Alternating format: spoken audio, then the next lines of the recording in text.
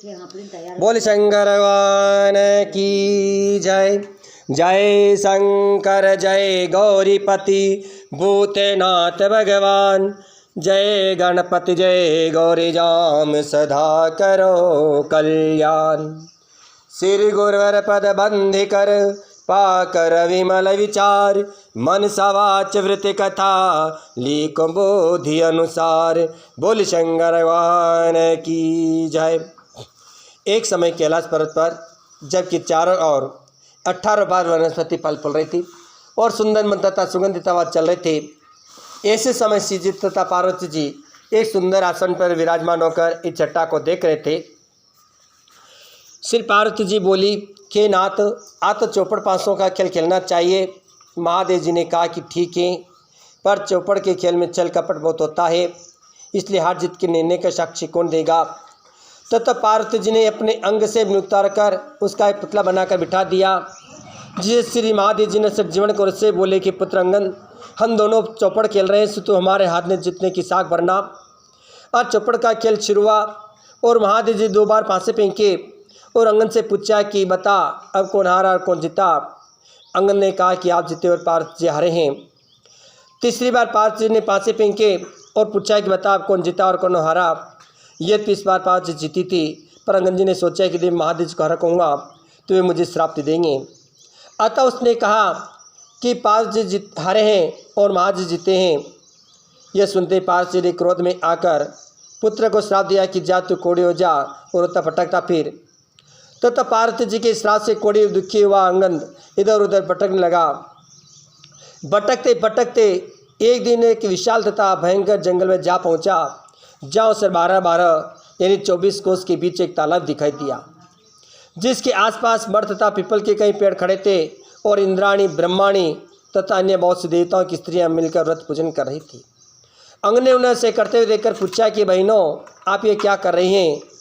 देवांगना ने उत्तर दिया कि हम श्री महादेव जी के मनसा व्रत को कर रही हैं, जिसके करने से सभी मनोकामनाएं पूर्ण होती हैं। अंगन जी ने कहा कि तब तो मैं भी इस व्रत को करूँगा।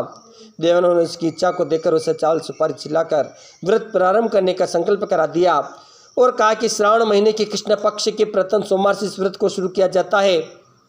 उस दिन किसी कंवारी कन्या के हाथ से 2 पुण्य से कतवाकर उसका डोरा बनवावें और इस पीले गिरों से रंगें। फिर उस डोरे से महादेव जी का पूजन तथा आगे भी हर सोमवार उसी डोरे से महादेव जी का पूजन तथा व्रत करता रहे। फिर कार्तिक शुद्ध चौथ के दिन उज्जमना करें। उस दिन 4.25 सेर आटा, 1.25 सेर द्रक, 1.25 सेर गुड़, तीनों चीज़ें अपने गांव के तौल के मुजब लेकर उसका चूरमा बनावें और महादेव जी के भोग धरकर प्रथम भाग शिव जी के निमित्त किसी नाथ को दे दें, दूसरा भाग किसी ब्राह्मण को दे दें, तीसरा भाग गौ को खिला दें और चौथा भाग प्रसाद के तौर पर आज स्वयं ग्रहण करें तथा शेष कोई बिना राज्य रंग या छोटे बड़े का भेदभाव किए सबको बराबर बराबर बढ़ता देवें। डोरा जो बनाया जाता है जब तक व्रत करें स्वयं धारण करते रहें और उद्यापन करने के बाद उसमें जल पधरा देवें। बस इस व्रत को करने का विधान है। तब अंग ने नियमानुसार मनसाचा व्रत प्रारंभ किया और लगातार 4 वर्ष तक करता ही रहा। उधर एक दिन बैठे बैठे पार्वती जी को अंगद की याद आई और वह उसके बुरा कर महादेव से कहने लगी कि नाथ, कोई ऐसा उपाय बतलाइए कि जिससे अंगद वापस घर पर आ जाए। तो शंकर भगवान ने कहा कि प्रिय, तुम मनसाचा व्रत को करो, तुम्हारी इच्छा अवश्य पूर्ण हो जाएगी। तब श्री पार्वती जी ने भी विधि अनुसार डोरा बनवाकर व्रत प्रारंभ किया और जो व्रत समाप्त हुआ कि अंगद कोढ़ रहित होकर विचरता हुआ पार्वती से आ मिला। पुत्र को देखते ही पार्वती जी खुशी के मारे हंसने लगी, परंतु अंग ने सोचा कि माता जी मेरे बिना बेलाए आ जाने पर हंस रही हैं, अतः मैं गुस्से में भरकर वापस लौटने लगा। तो पार्वती ने उठकर पुत्र को पकड़ लिया और बोली कि बेटा फिर कहाँ जा रहे हो। अंगद बोला कि माता जी मैं बिना लौट आया हूँ, ये जानकर फंसे इसलिए वापिस जा रहा हूँ। पार्वती जी बोली कि नहीं बेटा, मैं तुम्हारे आने से नहीं हंसी, मैं तो मनसाचा व्रत के प्रभाव को देखकर हंसी हूँ, जिससे कि मैंने तुम्हारे से मिलने की इच्छा से किया था। अंग ने कहा कि हे माता जी, ये व्रत तो मैंने भी किया है। पार्वती जी बोली कि तूने व्रत किया तभी तो तेरे श्राप का नष्ट हुआ और मैंने व्रत किया जिससे मुझे अपना खोया पुत्र फिर से आकर मिल गया है। अस्तु बेटा, अब तेरी क्या इच्छा है सो मुझसे कह। अंगद बोला कि माता जी मेरी तो इच्छा है कि मैं उज्जैन का राजा बनूं। तो पार्वती जी बोली कि अच्छा बेटा तू अभी उज्जैन चला जा, तुझे वहाँ का राज्य मिल जाएगा। गिरिजा की आशीष पा अंगद की निप्रणाम, चला वहाँ से तुरंत ही ले शिव जी का नाम। बोल शंकर भगवान की। माता का सिर पाकर अंगद वहाँ से चला और उज्जैन जा पहुँचा। उधर उज्जैन के राजा ने अपनी इकलौती कन्या का संग रचा था और शर्त रखी थी कि हथिनी जिसके गले में जय माला डाल देगी उसको राजकन्या ब्याह दी जाएगी। अतः स्वयंवर के दिन ठीक समय हथिनी को श्रृंगार कराकर तथा उसका पूजन करके उसकी सुन माला देकर कहा गया कि हथिनी तू देवी के समान है। अतः इस सभा में जो भी राजकुमारी की योग्यवर हो उसी के गले में माला डाल दे। हथिनी माला को चली और जो अंगद बैठा था वहाँ पहुँचकर उसके गले में माला डाल दी। यह देखकर लोगों ने कहा कि तना मालूम कौन है, हथिनी चुक गई है। अतः उस लड़के यानी अंगद को वहाँ से हटाकर फिर हथिनी को माला देकर प्रार्थना की गई कि हथिनी इस सभा में जो भी तुम्हें राज्य करने के योग्य दिखाई दे तथा उज्जैन के राज्य को भी अच्छी तरह संभाल सके उसे तो माला पहना दे। हथिनी दूसरी बार भी ले जाकर अंगद के गले में माला डाल दी। लोग कहने लगे हथिनी इस लड़के से परस गई है, अतः उसे दरवाजे के बाहर बिठा दिया गया। परंतु जब हथिनी को तीसरी बार माला दी गई तो हथिनी दरवाजे के बाहर निकलकर फिर उसी बालक को माला पहना दी। लोग कहने लगे फिर कहा क्या हुआ। फिर राजा ने कहा जैसा होना रे होगा। उस नगर सेठ को बुलवाया और कहा कि इस बालक को तुम अपने घर ले जाओ और फला लगन पर इसे श्रृंगार कराकर सज धज के साथ बारात लेकर आ जाओ। सेठ अंगद को घर ले गया, उस लड़के को खूब श्रृंगार कराकर तथा बारात सजा लगने समय ले आया। बड़ी धूमधाम के साथ उसका विवाह संपन्न हुआ और राजा अपना सारा राजपाट उसे कन्यादान में दे दिया। गिरिजा के आशीष से अंगद व नरेश विपुल संपदा भी मिली, रान दुख लवलेश। बोल शंकर भगवान की जय। विवाह के पश्चात जब वह 2 महलों में गए तो राजकुमार ने अंगद से पूछा कि नाथ आपकी जाति और नाम क्या है तथा आपके पिता और ग्राम का नाम क्या है। अंगद ने कहा कि राजकुमारी मैं श्री पार्वती जी का लड़का हूँ, मेरा नाम अंगद है। तो राजकुमारी ने कहा कि महाराज आपकी इस बात को कोई सही नहीं मानेगा, आप सत्य सत्य बतलाइए कि वास्तव में क्या बात है। तब तो अंगद ने अपने पैदा होने की सारी कथा राजकुमारी का सुनाई और अपने श्राप तथा मनसा चव्रत के प्रभाव से श्राप से छुटकर उज्जैन राज्य का पाने के सर्वतंत्र का सुनाया। यह सुनकर राजकुमारी को संतोष हुआ और दोनों सुखपूर्वक रहने लगे। थोड़े दिनों के पश्चात अंगद ने कहा कि राजपुत्री अब मेरी राज्य करने की अवधि पूरी हो चुकी है, अतः मैं अपने माता पिता के पास चला जाना चाहता हूँ। तेरी की इच्छा है सो मुझसे कह। राजकुमारी बोली कि नाथ मैं तो पुत्र धन और राज्य का सुख चाहती हूँ।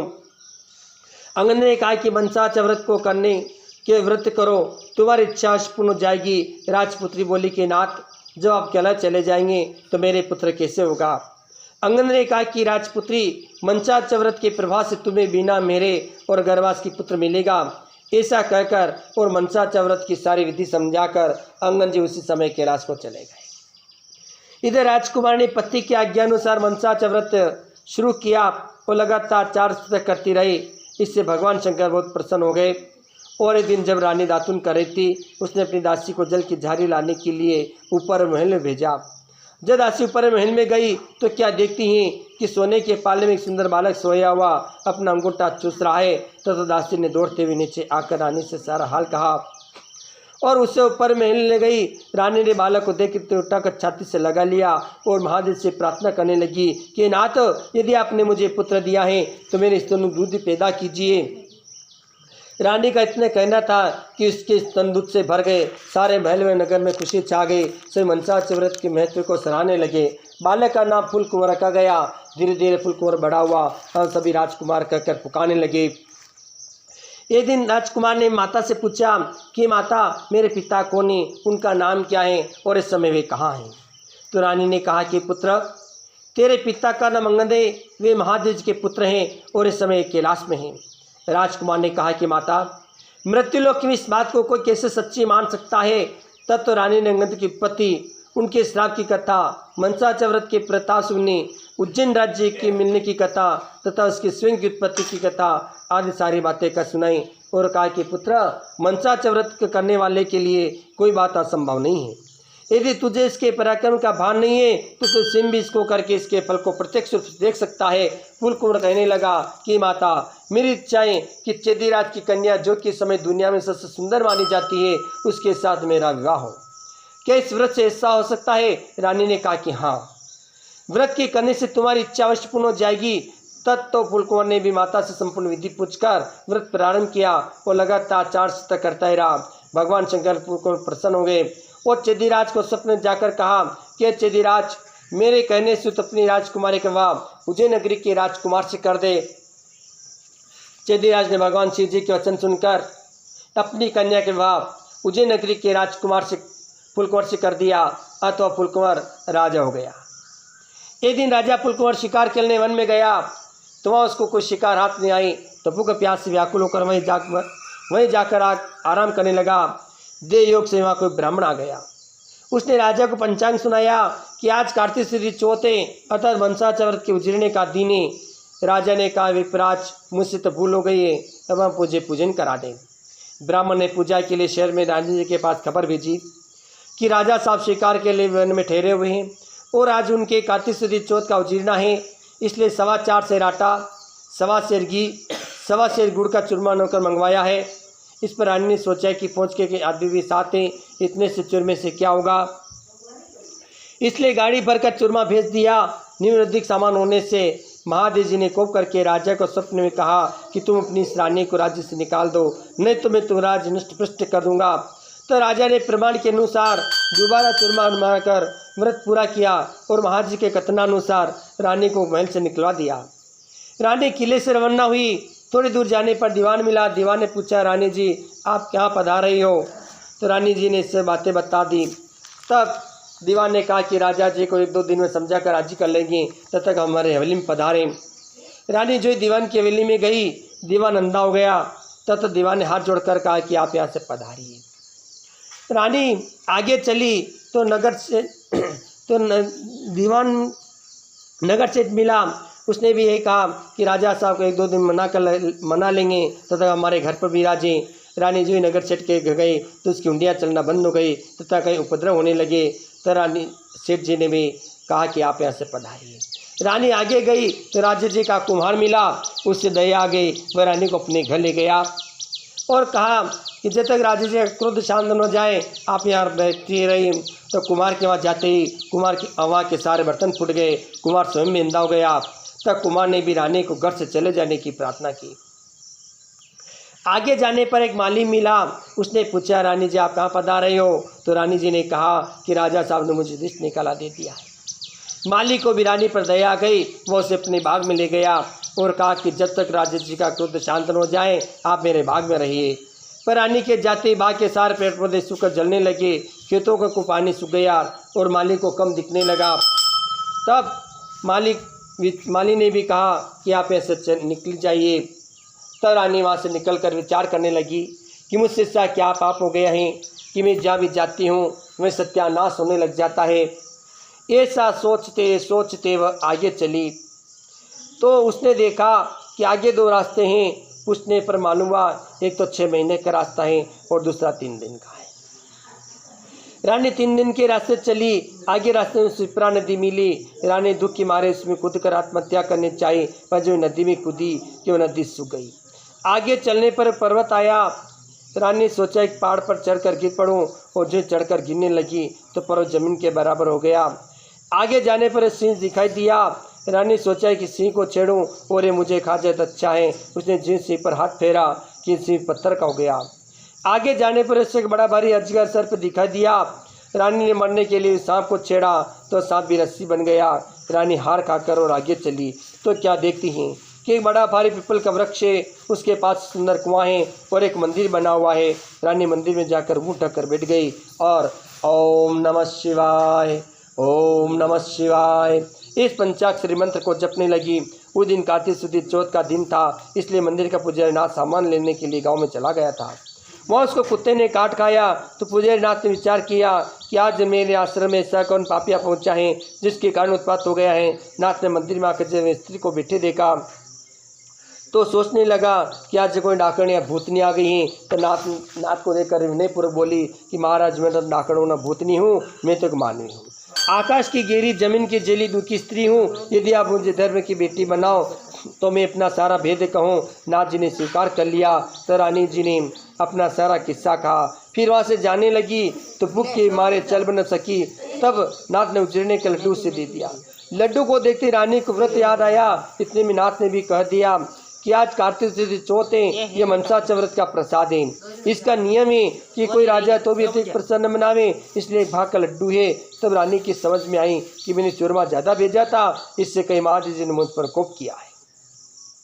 ऐसा विचार कर रानी ने नाथ जी से कहा कि महाराज इस व्रत को तो मैं भी करना चाहती हूँ। तो नाथ जी ने कहा कि जो श्रावण में प्रथम सोमवार आ रहा है उसी दिन से तुम व्रत करना। रानी ने नियमानुसार व्रत शुरू किया और जब कार्तिक चौथ का दिन आया तो नाथ जी गाँव में सामान ले आए। 1.25 सेर घी, 1.25 सेर गुड़, 4.25 सेर आटे का चूरमा बनवाया और कंवारी कन्या से पुण्य सत्य कटवा कर उसका चूरमा बनवा दिया। चूरमे के 4 भाग किए और शिव पार्वती की चित्त मन से पूजा की। इस प्रकार व्रत करते हुए जब रानी को 4 वर्ष हो गए तो महादेव जी ने राजा फूलकोन को स्वप्न दर्शन देकर कहा कि वो तो रानी को बुलवा ले, नहीं तो मैं तेरे राज्य का नाश कर दूंगा।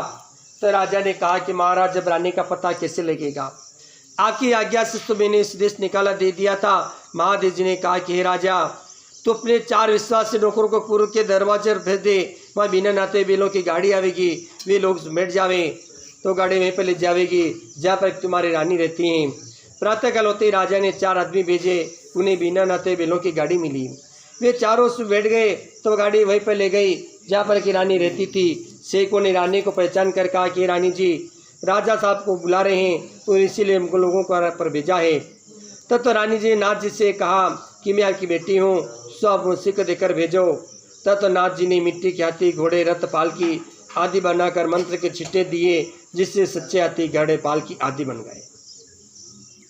तो रानी ने फिर कहा कि पिताजी रास्ते मेरे छूने से कई जीवों को नुकसान हो गया था, तो उनका भी उद्धार हो जाना चाहिए, न तो सब पाप मुझको लगेगा। तो नाथ जी ने शिव जी की निर्माल्य यानी स्नान कराए जल की झाड़ी पर कर दी और कहा कि बेटी तू ओम नमः शिवाय कहकर इस जल का चिट्टा जिसमें डालेगी वह पुनः अपने स्वरूप को प्राप्त हो जाएगा। तो रानी और जल की झाड़ी लेकर रघुनाथ जी को प्रणाम करके लेने आए। 4 सेवकों के साथ पालकी बैठकर रवाना हुई। चलते चलते रास्ते में सर्प आया जो कि रानी के चुनने से रस्सी बन गया था। रानी ने ओम नमः शिवाय कहकर उस पर जल का चिट्टा दिया, जिससे रस्सी पर तो वह पहले के समान सर्प बनकर चलने लगा। आगे वही पहाड़ आया, सिंह आया जो कि पत्थर पर पड़ा मिला था। रानी ने उसके भी ओम नमः शिवाय पढ़कर जारी से जल के चिट्टे दिए तो वह भी जीवित होकर गर्जना करता हुआ वन में चला गया। आगे वही पहाड़ आया जो कि रानी की स्पर्श से जमीन में धंस गया था। रानी की ओम नमः शिवाय का जारी से के चिट्टे मारते वह भी पहले जैसा पर्वत हो गया। आगे जाते जाते वही नदी आई जो कि रानी के स्पर्श से सूख गई थी। रानी ने ओम नमः शिवाय कहकर जो जारी से जल के चिट्टे दिए तो फिर से गहरे और निर्मल जल वाली नदी होकर बहने लगी। अब रानी ने पालकी, फौज आदि की तो किले में भेज दिया और खुद उस बाग में गई जो उसी के कारण सूख गया था। बागवान ने रानी को देखकर कहा कि रानी जी अब आप फिर क्यों आ रही हैं? पहले आपके आने से बाग सूख गया था। परंतु रानी के समझाने बुझाने पर माली ने फाटक खोला। रानी ने उसके ओम नमः शिवाय पढ़कर जो जारी से जल के चिट्टे बाग में दिए। सूखा बाग पहले से अच्छा भरा बगीचा हो गया। हवा पेड़ से खोलने बोलने लगी और नाना प्रकार के फल फूल दिखाई देने लगे तथा बाग के सभी सूखे कुएं फिर से जल से भर गए। और रानी साहिबा रानी उसी कुमार के घर आई जो कि अंधा हो गया था। रानी ने ओम नमः शिवाय पढ़कर जल का चिट्टा देते ही उस कुमार की आंखें भी खुल गई और हवा के सारे बर्तन सोने चांदी के हो गए। तब तो कुमार ने कहा कि रानी जी सोने चांदी के बर्तन हमारे पास कौन रहने देगा? तो रानी जी ने कहा कि इनमें से 4 बर्तन ले जाकर राजा को भेंट कर देना और शेष तुम रख लेना, ये मेरा हुक्म है। इसी प्रकार जब नगर सेठ के गई तो उसकी उंडियाँ फिर से सिकड़ने लगी, व्यापार में लाभ होने लगा। तो नगर सेठ ने कहा कि दादाजी आके पदाने से हमारी रिद्धि सिद्धि हुई है, अतः इस खुशी में मैं सारे नगर को जिमाना चाहता हूँ। रानी ये बात मान ली और नगर में निडोरा पिटवा दिया कि कल किसी के घर में धुआं न निकले।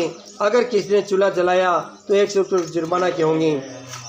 आगे चलकर रानी दीवानी के पहुंची तो उसके जागते दीवान की आंखें खुल गई और सर्वत्र आनंद छा गया। अब रानी साहिबा किले में पधारी तो राजा जी ने बड़ा भारी स्वागत किया और जलसा मनाया गया। दूसरे दिन नगर से इतने सारे नगर को जिमाया। वो किले में जाकर रानी से प्रार्थना की कि दाता जी आप भी आरोग्य। तो रानी ने कहा कि मेरे आज कार्तिक शुद्ध चौथ का उजीरना है, सो किसी भूखे आदमी कर जिमा कर जिमूंगी। परंतु सारे गांव के लोग तो नगर से जिमने गए थे। ढूंढते ढूंढते धोबी घाट पर अंधी बहरी और कोड़ी धोबी भूखी पड़ी मिली। रानी की आज्ञा से सुलाया गया और स्नान कराया। स्नान कराते उसका सारा कोड़ मिट गया। रानी ने उसको जोई मनसा चौथ की सारी कथा सुनाई। कथा सुनने से और विमान आ गया और बूढ़ी धोबिन कथा सुनने और प्रसाद लेने मात्र सदी वैकुंठ को चली गई। इसके बाद राजे रानी नियम से साल मनसा चौथ को करते हुए संसार के सब प्रकार के सुखों को भोगते रहे और अंत में अपने पुत्र को राज्य देकर शिवलों को सिधार गए। इस प्रकार मनसा चौथ अर्थात शिव जी पार्वती जी के इस व्रत की बड़ी भरिमा है। श्रावण के प्रथम सोमवार से लेकर कार्तिक शुद्ध चौथ तक का यह व्रत मनोवांछित फल का देने वाला है। मनसा चौथ को करने वाले सभी मनुष्यों की सभी मनोकामनाएं शिव जी महाराज पूर्ण करते हैं। पुत्र न हो या होकर जीवित नहीं रहता हो तो इस व्रत के करने से वह स्त्री पुत्र का सुख प्राप्त करती है। इसी प्रकार पुरुषों को स्त्री सुख, स्त्री को पति का सुख, सौभाग्य प्राप्त हो जाता है। जिसके कमाई धंधा न हो जिसके करने से जीविका भी प्राप्त हो जाती है। तो बोले श्री पार्वती की जय। कथा पूर्ण अब होती है, अपने भीतर के पट खोलो, एक बार सब श्रोता मिल श्री पार्वती की जय बोलो। बोले शंकर भगवान की जय, गणपति महाराज की जय, आरती मैया की जय, अंगन महाराज की जय। चलो सब आरती तैयारी।